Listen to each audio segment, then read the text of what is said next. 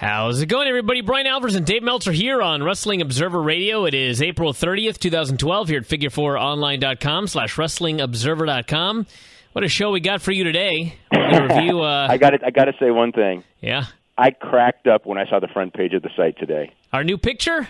That picture was funny as shit. I may never change that picture again. But that picture was so funny. May be there till the end of time at this rate.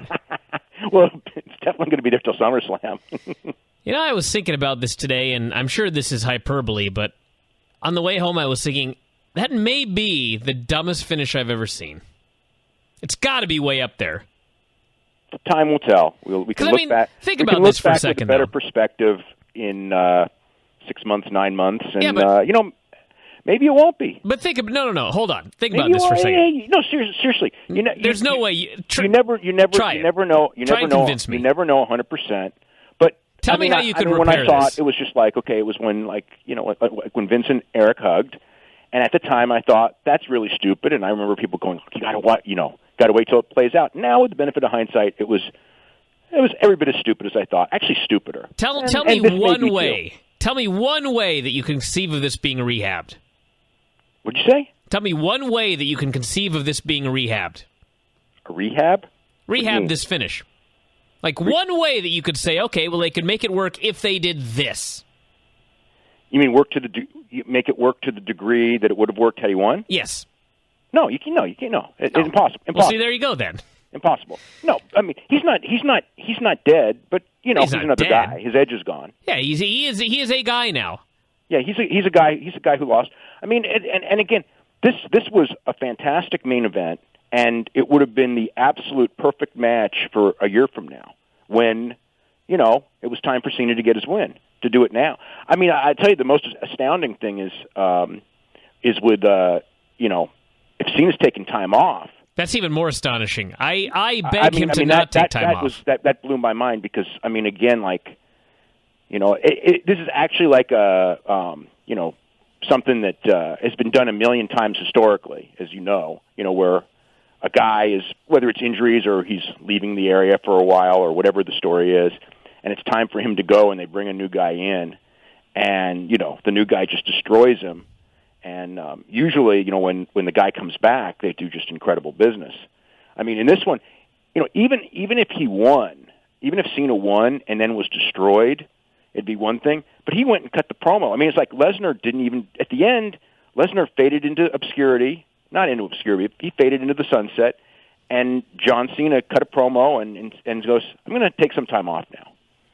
So, I mean, wouldn't it be better if he just went off on a stretcher and didn't do that promo? If John Cena actually takes... Win or lose, even had John Cena won, if he had won and then gone out on a stretcher, it would have been would have been dumb to what he did. But if John Cena actually leaves after beating Brock Lesnar, then they managed to find a way to make this finish even dumber than it was the moment it occurred. Oh yeah, absolutely. Here's the thing. Absolutely, it's actually. But I mean, like I said, we can watch TV tomorrow and we can look at the numbers and it's all going to tell a story and we'll see. But the idea of several different things that could have happened, where people were paying to see if Steve Austin could beat Brock Lesnar or The Rock or The Undertaker, which in theory were all bigger money matches than this one. Certainly if they were on a different pay-per-view, they would be. You took you took the edge off of it.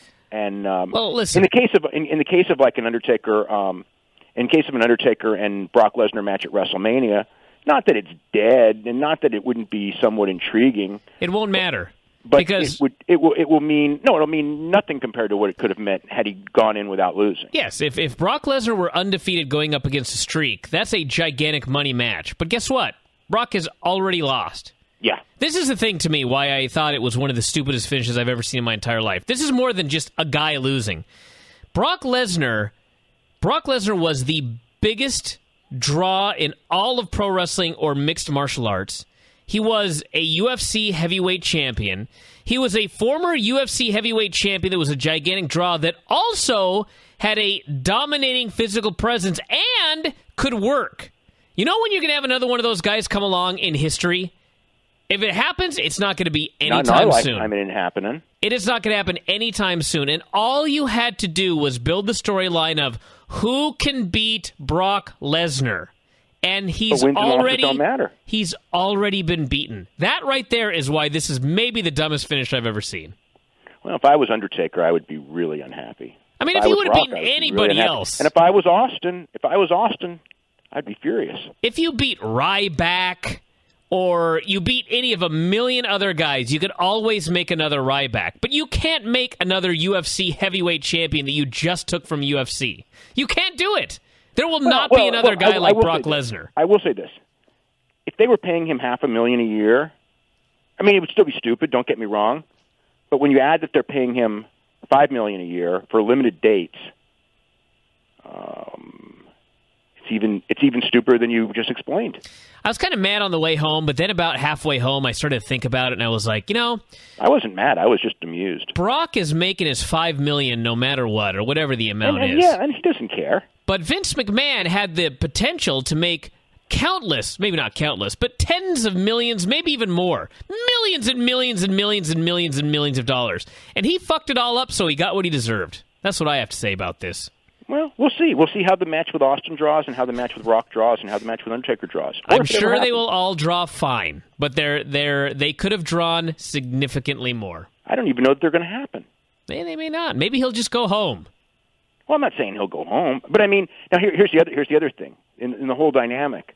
What happens? Okay, what happens if next show?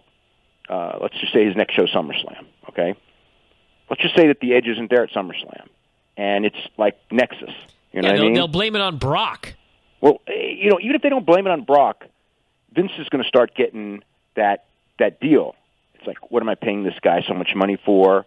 Yeah. I mean, somebody talked me into this deal that I never wanted to do. Start doing that, and and that'll happen unless Brock comes in and does huge money at SummerSlam. But this definitely takes the edge off. I mean, I know I can only say the example here, from my friends that were here, and it's like it wasn't good, and I mean, and that's the funniest part of the whole thing.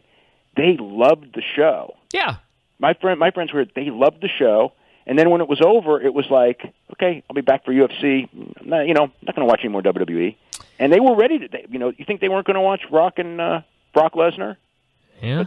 But that was definitely the attitude. It's like great show, but boy, when you have people who are, I mean, like not even casual fans, less than casual fans, who watched a show, and when it was over, their big thing was, that was the stupidest finish I've ever seen. What does that tell you? I was watching with a bunch of people, and as you noted, we all loved the show, thought the matches were great. In fact, absolutely loved the main event. Thought it was the Brock Lesnar match. The Brock coolest Lesnar match was a fantastic match. Thought it was the coolest match in years, and then all of a sudden, and let me tell you, as soon as John Cena got thrown outside and I saw him wrap that chain around his fist, I knew everything was fucked. And sure enough, as soon as he took that FU on the steps, I knew it was over. No one else in the room did.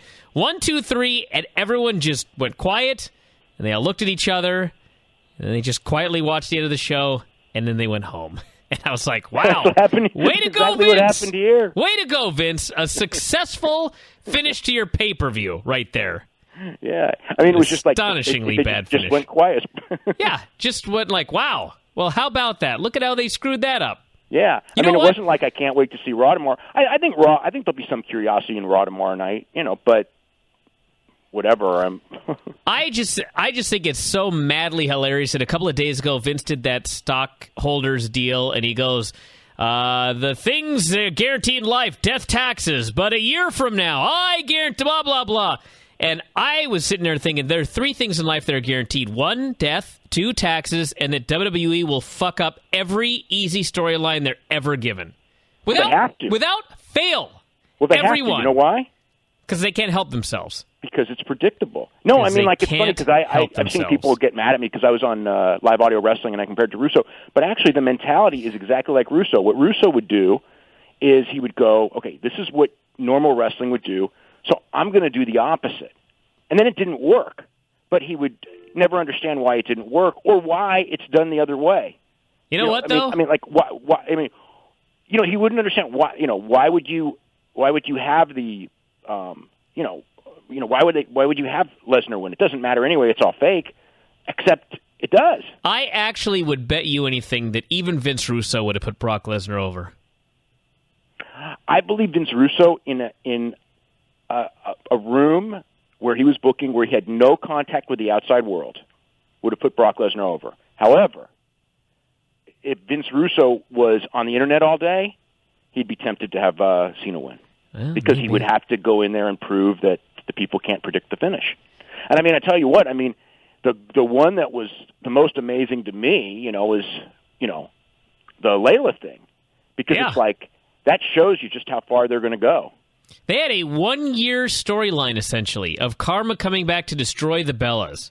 And word got out, and they changed the finish. Not the finish, the whole storyline. Just that they changed the finish. It was Eve Torres going, don't worry, it's not Karma, thinking that, all these people who were bought this pay-per-view have all read that. And they don't, and the vast majority have no idea. It was like watching TNA when they, would do something like that with Jeremy Borash and Bischoff the other night. When I'm watching that, and Jeremy Borash comes out there, and it's, if you want to do something like that, and you go and you have the announcers explain it and say, okay, this is what's happening, blah blah blah. Okay, I get it. It's something in the real world, and if you explain it, I wouldn't have done it either way. But when they did what they did with Jeremy Borash, and he comes out there, they are under the assumption, because the announcers don't say anything, they don't have a graphic of Eric Bischoff's Facebook page where he says what he says, and they're under the assumption that all of these people, and again, this is not on pay-per-view, and I would say it's stupid if it was on pay-per-view in front of their 17,000 people that bought the last pay-per-view, but this was on Impact in front of their 1.4 million people, and they're out there doing this thing, an angle off of Eric Bischoff's Facebook page. And you've got to figure that whatever the percentage is, 80, 90, 95, whatever that percentage is, that has no idea what they're talking about, this is supposed to be entertainment for those people, not for the 10,000 people who do know. It's like those people are always going to be around. They're always going to watch Impact. They may even still buy the pay-per-views, or stream them or whatever. But the average person in the audience who you're supposed to be writing for, the big picture, they're sitting there going like, I don't know what the hell they're talking about, and they don't explain it. And it's like that remark with Karma. I'm watching that going like, oh my God, they think that their audience knows this, and they're going to swerve them. It's like those people aren't thinking. Why would they be thinking Karma? She hasn't even been on TV in a year. Last they heard she was pregnant, and she never came back, and has never been mentioned since. She was at Royal Rumble. That's true. You're right. I take that back. She was in the Royal Rumble, and then she just but never mentioned since. And never mentioned since. Yeah. Well, let's talk about this pay-per-view here, because there were a lot of positives that unfortunately were outweighed by the massive negative at the end of the show, but we'll get into that. I didn't see the YouTube match, except for the clips I did. On the show. Santino, I saw it. Santino beat The Miz. Yes. The Miz talked for a long, long time about how last year at Extreme Rules he was in the main event, and he was the guy who won. John Laurinaitis has all this power because I won the match for him, and now I'm stuck in the prelim match. And then it's funny because it was like he was just bearing it, and I'm thinking like, this is the U.S. Championship match. You shouldn't act like it's a fucking dark match. It's the U.S. Championship, but you're acting like it's. Well, it was a dark match. You think that Cody Rhodes match buried the Intercontinental title. Miz's interview buried the freaking U.S. title underground. It's like, he was just appalled that he's challenging for the U.S. title because it's a prelim match. So anyway, they went out there and they had a 4-minute match, 4.5-minute match, and Miz charged into the buckles, missed.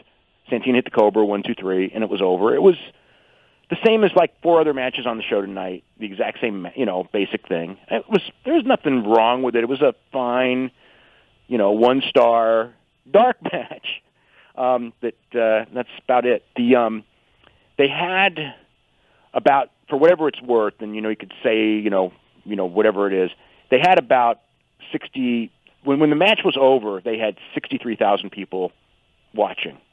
So it was half of what the Ben Henderson Guida match had, But it was, aside from that, it was about what the top UFC prelim, streaming match would have. I don't know if that's a good number or a bad number, but I sure know that.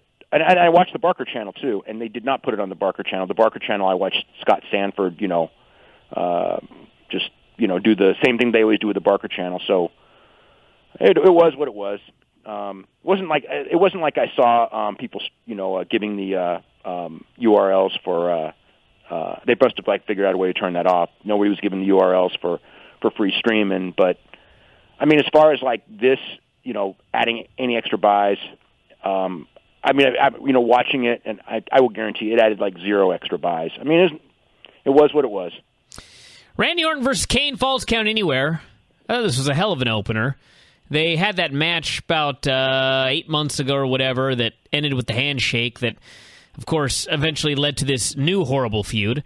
And they kind of tried to recreate that. They fought all over the building, did a lot of this would have been the main event of your average B show. But here it was in the opener. It was more like a Jeff Jarrett main event. Of another B show. So, yeah. And Orton ended up getting the win, hit an RKO on a chair, pinned him. And presumably this is the end of this feud. But who knows? I thought it was a great opener, though. I thought it was good. I didn't think it was great. I didn't. The one thing that I it's, and again, this really doesn't have much to do. It's more of a kind of a statement of overall picture. I've heard so much about. On this show, I felt like I was watching a lot of Davey Richards. Psychology. Okay, and actually worse. In this case, in the first minute of the match, they've already got the frickin' what's it called? The lead pipe. In the first minute of the match, and Randy Orton hits him 3 times with a lead pipe, and 10 seconds later, Kane not only is not selling it, but he's on top beating the shit out of Randy Orton. And whatever, that's fine. But I mean, the thing is if this happened, I mean, I'm watching this going do you realize if an indie wrestler did this, people would be saying he doesn't know how to work. And actually, I was thinking that all through. And then in the Jericho match, when they, went really, really long, and they lost the crowd in the middle, and they slipped in here and there, I was thinking, if this was a Davey Richards match, people would be saying he doesn't know how to work, and he's botching up spots and this and that. But because it's Chris Jericho and Punk, it's a great match because it's WWE. And that was kind of and then in the main event, they were beating the fucking shit out of each other. Well, Brock was. Cena wasn't beating the hell out of Brock. And people would just go, these guys don't know how to work because they're beating the shit out of each other for real, and that's not working. But because it's WWE, it's okay. And I enjoyed, I enjoyed all those matches, but I also enjoyed the Ring of Honor matches. And I guess my commentary is more the people who, and again, a lot of people enjoy the Ring of Honor matches, but when I hear about these guys in Ring of Honor don't know how to work, and they're doing, I still haven't seen the guy in Ring of Honor take 3 pipe shots and be back on top in 10 seconds. And I have seen plenty of guys there do, what Jericho and Punk did, where you do a million near falls and you lose the audience in the middle of them, and you get it back at the end and you slip here and there, but it's still a really good match. I've seen that, many, many times, and it's fine, and it's still a good match either way. And I've seen a few Ring of Honor. I haven't seen people beat the shit out of guys like frickin' John Cena got elbowed in the head and split open hard way, and my God, I give John Cena, I don't know if it's guts or stupidity or just whatever it is about, dying for the cause, but my God, if you're as rich as that guy is, and you can say no, I mean, I give him credit. I give him credit for the fact that he will do anything for this business, including letting that monster bust his head open with elbows. I mean, that was unbelievable. So anyway, that's my kind of thing. So I mean, again, and I'm not criticizing any of these guys, but you guys, when you criticize Ring of Honor and say that this stuff was great, it's the exact same stuff. Just it's being done by guys you like, and you just resent, guys that you don't like being that good or doing it. So anyway, that's that. We had Brodus Clay and Dolph Ziggler, which was actually a more competitive Brodus Clay match than usual. They kind of had a match. And finish had Dolph hitting the ropes, and he ran into a giant headbutt and took the same crazy bump that he took on the ramp, actually, a couple of at least this was in the ring. Months back, yes, which was the dumbest bump I ever saw, by the way. But he landed on the mat here and then took the big splash and got pinned, and the girls danced and Hornswoggle danced. And it's interesting watching the crowd. They were kind of they were not a heel crowd because they obviously love Punk and he's a babyface, but they liked who they liked, as they always do in Chicago. They weren't thrilled with Ziggler being treated like that. No, they weren't. The one thing I was surprised on this one too is at the end, because they've been doing that storyline with the girls, and they didn't do it at all. Which storyline? The one with the girls and Vicky, where they always yeah. Yeah, I mean, like, Vicky was just gone, and the girls danced, and there was just, Hornswoggle danced, and, they were just, he knocked Jack Swagger off the apron, and, the whole bit. There was nothing to it. It wasn't, all it was a 4-minute squash match. Big Show and Cody Rhodes, they were selling T-shirts in the building that announced a Cody's Rules, or Cody's Choice tables match. And then they went to spin the wheel, and by God, it came up a tables match. How about that? So I guess the original idea when they printed the T-shirts was that Cody was going to pick the stipulation, he was going to pick the tables match, and then between the time they printed the shirt, someone came up with the spin the wheel idea, and there you go. Someone changed their mind. Well, Even though I have to match. They just read emails every day about how nobody ever changes their minds in WWE. It's people covering their ass. Well, this was a changed mind here. Anyway, they spun the wheel. It was a tables match, and not much to it. Show was on the apron near the end, and Cody kicked his leg, and Show stepped backwards, stepped on a table, and the table broke. And thus he was rendered, they announced Cody the winner. And the look on Big Show's face, actually, when he realized he'd stepped through this table was awesome. Even though the rules... It was pretty funny, but, for all this time we've had, like, table breaks and table matches, and the rule has always been you have to put the guy through it. Well, Cody kind of did. He kicked him, and he caused him to step backwards through the table. I guess. I mean, I just thought, Big Show's reaction... That championship's completely a joke now, but it was going in. Sure. So what does it matter? Big Show's reaction saved this from being the worst finish I ever saw, and the main event. So, anyway, we got a new champion, and then Show killed him afterwards, gave him a choke slam, and then gave him a press slam over the top through a table, which looked like it sucked. And that one's... isn't one, like, enough? No, apparently not. That second one was like... he could have gotten... he can always get hurt, but he really could have gotten hurt on that one. And he'd already laid him out with a choke. Choke slam through the table's enough if you want to do that deal, I think. It was... I guess it's the pay-per-view and you want to do a little bit more. But I just don't think... you don't need two. You could have done... Even if you wanted to do the big one, you didn't have to do the first one. So, I don't know. But, Cody's just... whatever. I think Cody's really good, but I'm still dumbfounded from watching him on SmackDown and just how they just made him look like such a job guy, and this didn't do him any favors either. But he's the champion now, Dave. I know, and that championship's going to mean that he's a big star, just like that championship the Miz didn't win. We had Daniel Bryan promo trying to get people in Chicago to boo him. And after he left, they showed AJ kind of hiding in the shadows, stalking him, which led to nothing. Yeah, but it may lead to something on Tuesday. I can't wait for that. Sheamus and Daniel Bryan, best of 3 falls. This was great. A great match. Daniel Bryan got time to do a long match, and my God, did he come out of this looking awesome. And kind of felt bad for Sheamus, because, to me, Daniel Bryan was so good in this match that Sheamus just looked like a guy that was along for the ride. And the crowd felt the same way. Yeah. I mean, the crowd was not... they kind of did react when he won, like a babyface reaction, but you could really tell that they resented Sheamus being the champion here, and they see Daniel Bryan as the star. And he is. He's the star in this feud. Oh, yeah. He's the star of the entire SmackDown brand right now. Yeah, but Sheamus is the champion, and it looked, again, bro kick 1, 2, 3. It looked like they're, moving on. And by the way, while Brock may never say it, when Matt Stryker interviewed Daniel Bryan did in fact say that was a stupid question. So, finally got it on WWE. Anyway, they had the match, and story of the first fall was that Bryan absolutely destroyed his shoulder. And he laced into him with about 10,000 kicks, and the referee tried to get him to stop, and he wouldn't, and so he was disqualified.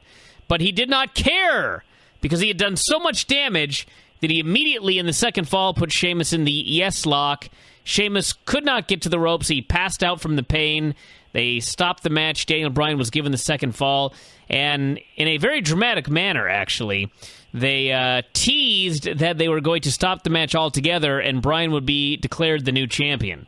And as the doctors are tending to Sheamus, Bryan is in the background doing his yes chant, and half the crowd is chanting yes, the other half is chanting no. It was awesome.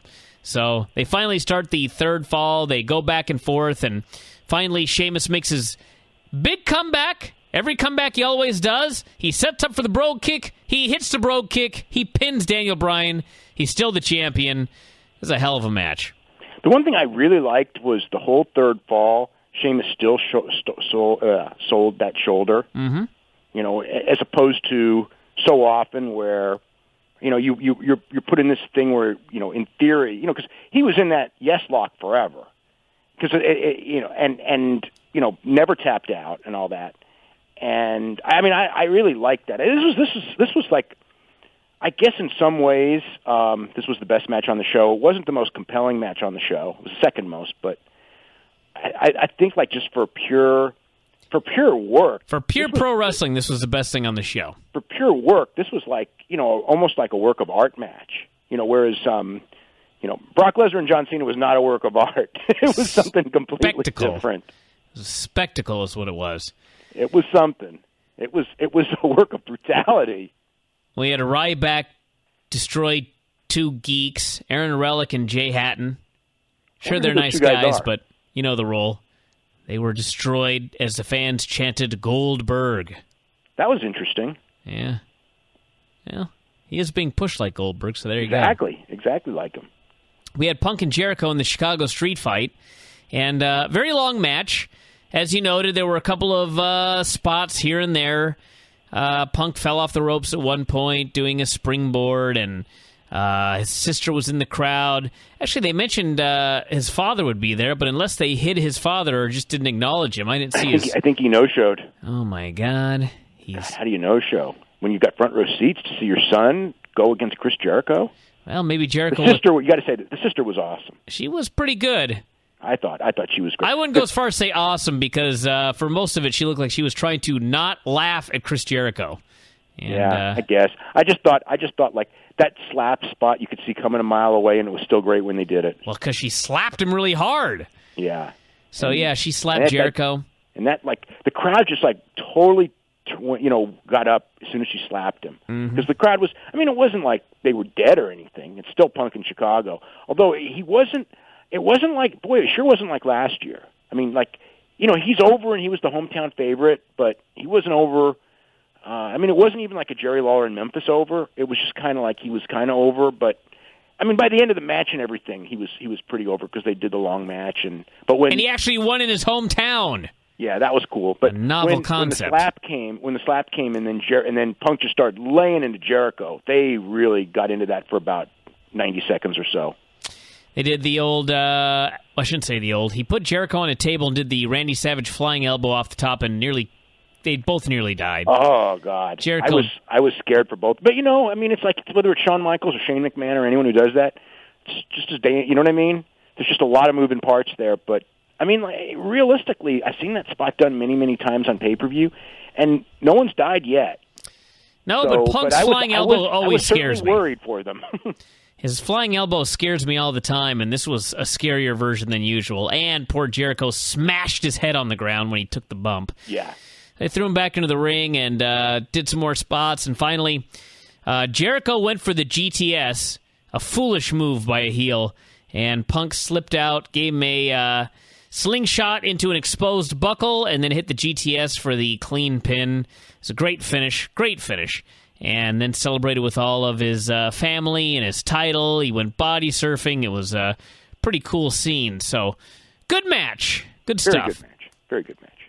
Then we had the aforementioned Layla beating Nikki Bella to win the title. And as you noted in your report, it's one thing when you switch the finish, but when you switch the finish or switch the idea, you switch the plan, and your new plan is like significantly worse and not even in the same universe as your original plan, you made a big mistake. It just boggled my mind watching that thing, happen. Having said that, Layla did a couple of really cool things in this match. I mean, it wasn't like it was a good match because I think it's almost impossible to have a good match with Nikki Bella anyway. But I don't know. She there's something about her. She's got something, but it wasn't here tonight because it couldn't have been. I mean, number one, you're following Punk, and number two, it's just something cold out of nowhere with this woman that no one's seen hide her hair nor mentioned Layla since she blew out her knee, and that was God knows how many months ago. I mean, I don't even remember. But it was just completely dead, and but it was a championship change, so that makes no sense in any way, shape, or form. I mean, made more sense in what's coming next. Yeah, because it's no harm, no foul. It's just the Divas division.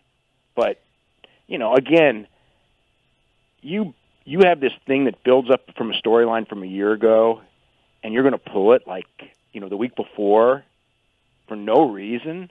I was just, I mean, again, that's really, I don't even want to say that's Vince Russo because I'm not even sure he does that. Who does that? Has anyone done that? Well, Vince does that. Vince does it, yeah. Well, he can afford to do it. John Cena and Brock Lesnar Extreme Rules. The very first spot was John Cena rushed across the ring at the bell, and he immediately got double-legged. Brock proceeded to Donkey Kong him, exactly like the Frank Mir match, just beating the hell out of him on the ground, throwing these elbows to the head, busting him open hard way. I was actually waiting for John Cena to go for a leg lock, but it didn't happen. He just laid there and took a beating. And for the first 5, 6, 7 minutes, this match was perfect. The crazy UFC heavyweight champion outsider absolutely destroying John Cena as Cena is just covered in his own blood. It was so awesome. And I tell you what, I thought, when Cena had his comeback spots, they were perfect too. This was like as perfect a match as you could have almost. Yeah. Because, I mean, Cena, because you don't want, Cena's a superstar. I mean, the thing is that you got to give him hope. But, Lesnar shouldn't sell too much. What a joke that is. But I mean, he shouldn't this early in the game because he should be a monster. Mm-hmm. And he gave Cena it was Bruiser Brody against in his first time in the territory against except more brutal against a local babyface, but not the main event babyface. Because usually you wouldn't start with that. Usually you'd work right up, but that's another issue. But I thought that the match was and then it kept going and going, and you know what? I mean, originally I thought you don't want to do a long match, but it was a great match. It was great at 18 minutes. If Brock would have won the match, it would have been so perfect. But he didn't, and it was instead it was a great match where the front page picture tells the story. Yeah, John Cena wrapped a chain around his hand. Brock actually, right prior to this, had set the steps up in the middle of the ring, and he did a running dive off the steps to knock Cena off the apron, but he overshot his target and bounced off the ropes, did a flip over the top rope, and crashed on the floor and grabbed his knee.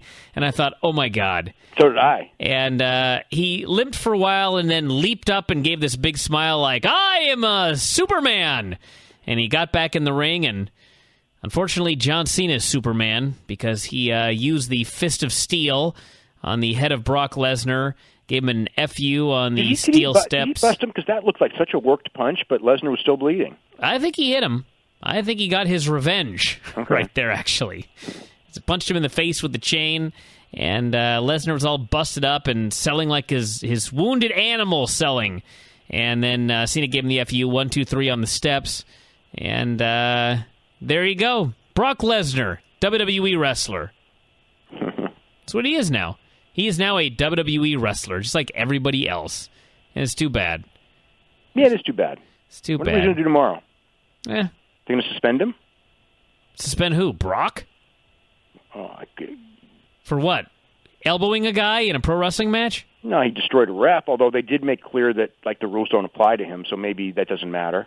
That's right. Or maybe John Laurinaitis can go, I'm not giving in to your demands because you went and lost. That's right. It's no longer WWE presents... You blew it for me, and then he can turn babyface and come back as a babyface, maybe. Yeah, maybe you can do that. And that way you... which, again, at the end of the day, the people want Brock to be a babyface anyway, but I sure wish that they just had done the money matches and then turned him, because all the money matches were on the other side. You got to do 18 months worth of storylines in one day, Dave. That's how you book nowadays. Okay. I'm just saying. Yeah. I don't get it either, but business has passed me by. I learned know. that. Well, you know what? A while back. I mean, I watched that. The stockholders meeting, and it was like I should have watched it standing on my head. Oh no. Because, I mean, they were given facts. I mean, it was unbelievable. Well, let's hear some of these. Raw ratings are up. SmackDown ratings are up. And I went and looked, and they're down. Yeah, it's amazing. Attendance is up. Then I went and looked, and it's down. Kind of interesting. Yeah. Now, they got their quarterly meeting coming up in a week now, right? I think it's May 3rd. May 3rd. Oh, my God. So they'll be talking. They'll talk a little bit about Mania. Mania actually falls on April 1st, and the quarterly is supposed to fall, cover up through March 31st. But they'll talk Mania. But it'll be, they'll talk about the Rumble number, which the Rumble number was good, and then the Elimination Chamber number, which was not good at all. In fact, it was pretty darn bad. By far the worst in history. By far, actually. And then house shows, which were down 3%, and which is just what it is. I mean, international was actually down a lot more, but domestic house shows were down 3%. And the one thing that was way down in the first quarter, which as compared to last year, in fact, the one was the March number. The merchandise was down 58%, and I was trying to think what kind of merchandise. 58%? 58% as far as the website merch. So I'm guessing that they must have, in March, because it's March of last year I'm comparing it with, as compared to March of this year. So I'm thinking that the thing must have been, was it in March of last year, would that have been like a ton of Rock merchandise that must not have been sold even when Rock came back this year? I don't know what that would have been, actually. March of last year, and it's not that it's a bad number in March of this year. It was that it was a great number in March of last year. The website was just doing oodles of merchandise. It was almost not quite Christmas numbers, but not far off either. Better than anything but Christmas numbers. And this year in March, maybe a bunch of Miz T-shirts since he was about to main event WrestleMania. Oh, those Miz T-shirts with a nameplate on it. Sure. Yeah, kind of like the one Teddy Long was wearing today. Yeah. Hello, my name is Teddy. Is that what it said? Yes, in gigantic letters, Teddy. I was amused by all that. I guess. I don't know. You know what? I have to say this. I do really like Eve Torres. There's something about that dynamic that's just great. And Teddy, as far as being, if you're going to do a whipping boy, his facials are real good at it. So it's kind of like, I think that you actually feel sorry for him as far as not caring. I don't care that much, but Eve Torres is awesome. Let's talk a little bit about TNA tomorrow. What do we have? Rob Van Dam is going to pick Bobby Roode's opponent, and Bobby Roode's going to pick Rob Van Dam's opponent. So we got two singles matches, and then we got a women's tag team with Madison Rayne and Gail Kim against Brooke Tessmacher and Velvet Sky. So I don't know if it's whatever it is. And then a match that actually might be pretty darn good. AJ Styles, Samoa Joe, and Magnus against Kurt Angle, Christopher Daniels, and Kazarian, which will probably end with Kurt Angle and Daniels and Kazarian all facing each other, because Kurt was inexplicably a babyface on Impact on Thursday, and he also told those two guys to stay out of his business. And actually, I like Daniels made some remark about being ungrateful, and Kurt didn't throw him through like a thing like the dude like Brock Lesnar with Josh, but he turned around and he was going to do something to him, and Daniels picked up the phone and acted like he was, in fact, he used that term. He was on the phone with someone that he called ungrateful. I wasn't talking about Kurt. For Raw tomorrow, I guess we'll find out if John Cena is leaving. They're doing an angle on WWE.com if he's leaving and they didn't injured. injure him. Well, no, he's been injured by Brock Lesnar, they say. No, but I mean, he's going on a stretcher.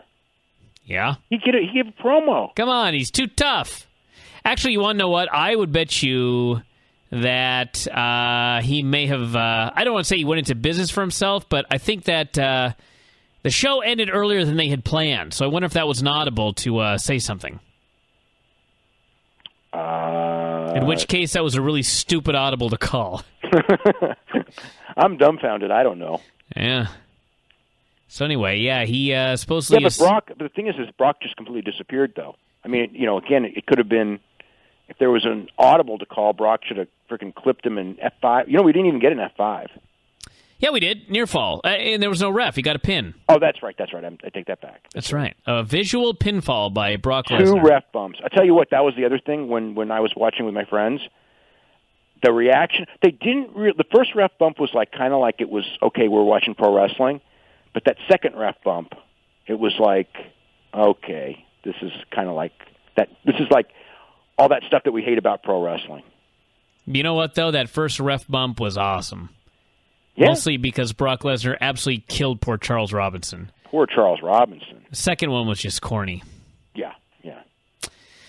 So there you go. That's I guess we'll find out what happens tomorrow. Let's see. At Extreme Rules, Laurinaitis had a mystery phone conversation with Triple H. GM promised to reveal the nature of their conversation when the game comes to Raw tonight. So Triple H is going to be there. Let's see, what else? Jericho did a post-fight tantrum after losing, so I guess that feud must continue. And that seems to be all of the previews that we have for Raw at this point. So there you go. Let's see, what else? Bryan Stan Hector Lombard is official. Yeah, looks like August 4th in Los Angeles on Fox. But so that's a pretty cool Fox match. At least they're putting Bryan Stan on Fox this time as opposed to Fuel. Yeah, no shit. That was a stupid idea. Yeah, he realistically, like him being on Fox, that's a smart move. Mm-hmm. Now then again, well, I will say this. Him and Hector Lombard, I don't know what's going to happen in the fight. It's going to be a hell of a fight. I mean, Hector Lombard's a very exciting fighter who gets tired really quick. And Bryan Stan's actually a pretty exciting fighter too. And I don't know. Either they're going to make Hector Lombard a star in one night, or Bryan Stan's going to be facing this guy, this freaking Cuban foreigner. And someone's getting knocked out in that fight. Cuban foreigner. Thinking. What? I guess that is Hector Lombard. Yeah, gassed up foreigner coming in and with a Bellator belt. Mm. Yeah. Well, then they should beat him immediately. Well, I don't think the Bellator champion Hector Lombard is quite Brock Lesnar. You're probably right. I mean, if he was, then actually I would say that Bryan Stan's probably a good opponent, because if the guy's going to be a world beater, he will beat Bryan Stan. If he's going to be a world beater, then he's, I don't know. I mean, Hector Lombard hasn't lost in God knows how many straight fights. It's something like 25. I mean, I forget the exact number, but it's like the longest unbeaten streak. But he hasn't really faced anyone that's great. He's fought a few guys. Alexander Slamenko's fairly good, and a few others. But it's not UFC top tier competition level guys, and we're going to find out. I mean, Bryan Stan's not top tier UFC, but he's a good test. If Lombard runs through him, then Lombard's for real, and can become a championship contender pretty quick. And the fact that if he wins it on Fox in front of all those people, I mean, and he knocks out Bryan Stan, they're going to know who he is when it's over. And if Bryan Stan, again, it's actually like a really great. I don't know. I don't think it's going to be the main event, but I think it's a great fight to have number 2 on the show because it's probably going to be exciting as shit too. All right, a couple of questions here. This person says, did you see Stone Cold's most recent DVD? Austin's stories were the same ones he told on the radio show. I thought it was really good. One of the only WWE DVDs that was historically accurate. Yeah, I saw it. I liked it a lot. I really liked the old WCW stuff and just the whole thing. It was very good. This person says, if business has declined since Stephanie was put in charge of creative, isn't there evidence to suggest it isn't working? Obviously, they won't do anything, but what should they do? You can't replace your daughter. That's. I remember when she first got it. You know what the funny one is? Do you know the first person who said that? It wasn't directly to me. It was actually to one of my best friends who then related on to me. And I hadn't even really thought of it because it was like literally when she was put in charge, and it was Vince Russo. And he just goes, you know what the problem is here is that if she fucks up, she's going to be there for life because he'll never replace her. And I'm not saying that, you could look at the track record. I mean, as far as, all the metrics, they're, So, some of them are going to decline to a degree anyway, but they've declined a lot. Well, I don't know if I want to necessarily do a lot of defending Stephanie, but I will say that in the end, it's still going to be Vince who decides if Brock Lesnar loses to John Cena or not. You're right about that. You know what Stephanie's thing more is as far as, but the Stephanie thing is, and this is Stephanie and not Vince. And Stephanie's the one with the ideas of how to put together a writing team and all that, and change it from a few people to dozens of people, and dozens of people waters everything down. And I know from talking to different people and formulating and kind of booking wrestling ideas, that if I talk to one person and we go back and forth, we can do a show really quick and a crisp show, and we can do months worth of storylines in a couple hours. If you get 5 people and we're all together, it takes 3 times as long to do half as much work. And this isn't 5 people. This is 15 people, whatever the number is. So. And then the person's idea, who's got the idea, who's got the vision, it gets so freaking watered down. By the time you get there, you get what you got here, which is that you get the start of angles, you get the start of ideas, and then they go nowhere because they're just. And a lot of that's Vince. I know when you talk to people on the writing team, and the general feeling. You got people who like Stephanie. Don't get me wrong. I've definitely talked to people who like Stephanie, but the general feeling is they absolutely hate her. And when it comes to the writing, but the blame is usually Vince, in the sense that Vince is the one who is always changing his mind, and Vince is the one that you have to cater to the fart jokes and the things like that Vince likes, and that kind of puts you in. You're writing for Vince. You're not writing for the audience type of thing. So, I guess. In a sense, it's a little bit of both, but as far as people who were there, I think that they would peg it more on Vince and Stephanie. As far as like the direction going back and forth and all the changes, because that's Stephanie's not the one who's handing in a script on Friday and erasing everything on Monday afternoon and having them redo it. That's Vince. So it's. And in a sense, it wouldn't matter if it was Stephanie or anyone else. If the guy's going to do that, it's, you're right. You're right. That is a defense of Stephanie. What is the relationship between Paul Heyman and Jim Ross? That's probably the same as between Paul Heyman and everybody else in the universe. It's just Paul Heyman. If you know Paul Heyman, it's like, it's just Paul Heyman. Like, I'm sure that if Paul Heyman and Jim Ross are talking, and obviously at times they probably talked a ton, and other times they probably don't talk at all. I'm sure that they get along absolutely great. There are other times where they, WCW days. My God, like some of that stuff. If you watch when they announced together, like now people look back and just go, "Wow, what a great dynamic those two had." But you know what? that was not a comfortable dynamic when they were going back and forth at that time. You know, it really was not. But and you know, again, when Heyman worked for Bill Watts and Jim Ross was Bill Watts' right-hand man, they were absolutely not on good terms whatsoever. But I mean, as far as everything I know, as far as let's say the last couple of years, pretty damn good relationship, I would say. I know that it was summer of 2010 when you know that Heyman was talking with TNA about coming in. I mean, he badly wanted Ross to come in with him. So I mean, that was his guy to come in and like, you know, he would do the booking and Ross would kind of clean up the front office. Of course, neither of them ended up coming in. But, I mean, that was, you know, Paul was just begging for Ross to come in and help him. I mean, so that was like his, you know, again, if he had to pick one guy to help him. The guy he picked was Jim Ross. So that's, in a sense, I think that means that Heyman probably thinks pretty darn highly of Jim Ross. All right, let's do one more here. This person says, what was the deal behind having so many wrestlers appear in The Longest Yard? Goldberg, Austin, Nash, Khali, Sapp. Did they all have the same agent, or was the director just a wrestling fan who thought these guys were cool and had talent? I think it was a combination of things. I think that they were looking for... I think Austin Goldberg was probably because they were big-time wrestling stars, and Bob Sapp because I think that they liked visually what he brought to the table, and Kevin Nash the same way.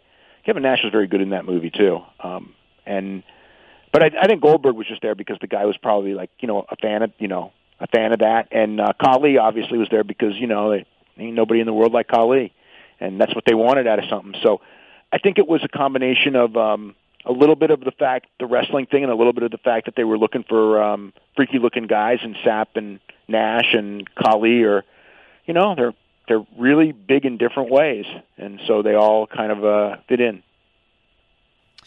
And finally here, this person says, was there any interest from anyone in pro wrestling to get Brian Bosworth to sign some sort of deal? Being a big, jacked-up ex-footballer who was a nationwide super wacky personality seems like something a lot of promoters would at least consider, especially since his career was cut short, so he couldn't have banked too much money. There was talk of Brian Bosworth as far as like the one-time thing type of deal.